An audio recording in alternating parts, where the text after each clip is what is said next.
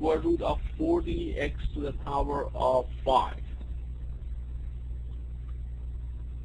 Okay, we have some students online. Let's see. Ryan, can you tell me what would be the first step?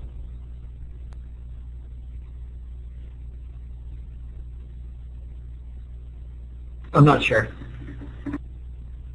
Okay, Sunit, how about you? I'm not sure either. Okay, take a look. If you want to simplify a radical or square root, you have to break the numbers under the radical into its prime numbers. Let's do that. What is the smallest prime number goes to 40 evenly, Sunny? 2. Okay, it's 2. So if I divide 2 into 40, what do I get? 20. Okay, so you have to keep doing this until we get all the prime numbers. What's the smallest number goes to 20? 2. Okay. What do we get here? 10. Keep on. And then 2. We got 5. And 5 will be the prime number. Okay, so once we get 1 here, it means we're done with this process. We broke all the numbers into its prime number. So 40 is equal to 2 times 2 times 2 times 5. So part of 40 is completely squared, namely this part here, 4. So 40 is the same as 4 times, both 2 and 5 are not completely squared, so you just simply write it as 10. So 40 is equal to 4 times 10.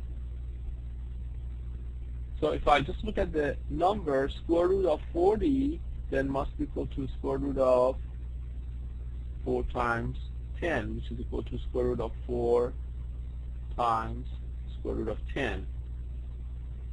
So, Sunit, what is square root of 4 is equal to? 2. 2. So the whole thing would be 2 square root of 10. But we also have this x to the power of 5. Now, x to the power of 5 is not completely squared. Sunit, can you tell me how would you break this so we can simplify this?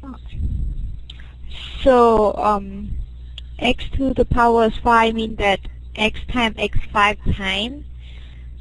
To take it out of the square root, it will be x squared times the square root of x. So we need to break this to x to the power of 4 times x to the power of 1. So you look at this exponent here and look at the closest number that is even, because this is square root and there's no number here, and this is 2. So going back to the basic, if I have a to the power of m, if I have nth root of that, this would be the same as a to the power of m over n. So in other words, if I have to find the square root of 4, that's the same as saying square root of 2 squared.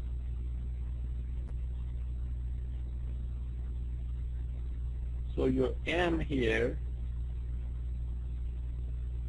is 2, and your n here is square root, so it's 2 also. So in this case, this would be the same as 2 to the power of 2 over 2, which is the same as 2 to the power of 1, which is equal to 2. That's why we said square root of 4 is equal to 2. So if this exponent here and the root here are divisible, then we can get this number out of the radical. So in this case, we cannot divide 2 into 5, but the closest number to 5, which is divisible by 2, is 4. So I'm going to break this into x to the power of 4 times x to the power of 1. So x to the power of 4 is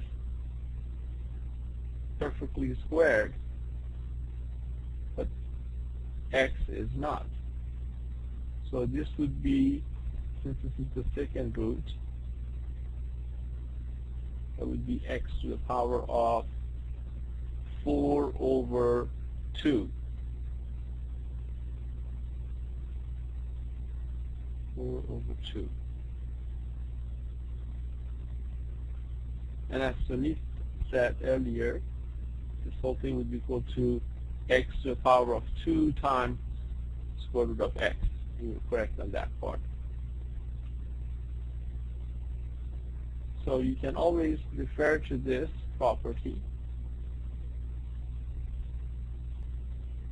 to simplify. So square root of 40 x to the power of 5 would be equal to 2 square root of 10 times, for x to the power of 5 would be x to the power of 2 times square root of x. So these two numbers would be outside the radicals, would be 2x to the power of 2 times square root of 10x. It looks like the correct answer here would be B. That's why you simplified it.